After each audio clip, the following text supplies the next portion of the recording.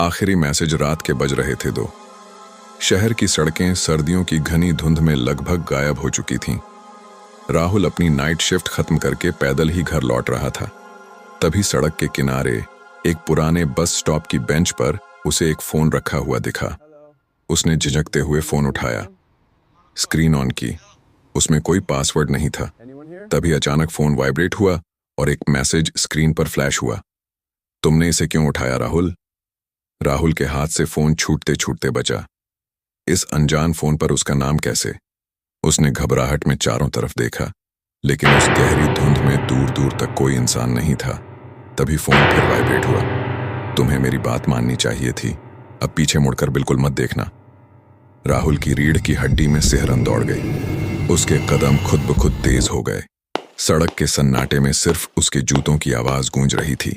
उसे महसूस हो रहा था जैसे कोई धुंध में से उसे घूर रहा है। तीसरा मैसेज आया, तुम्हारे कदमों की आवाज बहुत तेज है। तुम उसे भड़ाका रहे हो, वो तुम्हारे बहुत करीब आ चुका है। अब राहुल ने पीछे कुछ भी सोचे बिना दौड़ना शुरू कर दिया। वह सीधा अपनी बिल्डिंग में घुसा, सीढ़ियां फांदता हुआ ऊपर गया और हांफते हुए अपने फ्लैट का दरवाजा खोलकर अंदर आ गया। उसने झटके से दरवाजा बंद किया, अंदर से डबल लॉक लगाया और पसीने से लथपथ होकर वहीं जमीन पर बैठ गया। आखिरकार बच गया, उसने खुद से कहा और उस मनहूस फोन को दूर सोफे पर फेंक दिया। कमरे में पूरी तरह से शांति थी, सिर्फ घड़ी की टिक टिक सुनाई दे रही थी। अचानक सोफे पर पड़ा फोन एक आखिरी बार वाइब्रेट हुआ। स्क्रीन की नीली रोशनी से अंधेरे कमरे में अजीब सी परछाइयां बन रही थीं। राहुल ने हिम्मत जुटाकर स्क्रीन की तरफ देखा। मैसेज था, दरवाजा लॉक करने से क्या होगा राहुल? मैं तो पहले से ही तुम्हारे कमरे में हूं।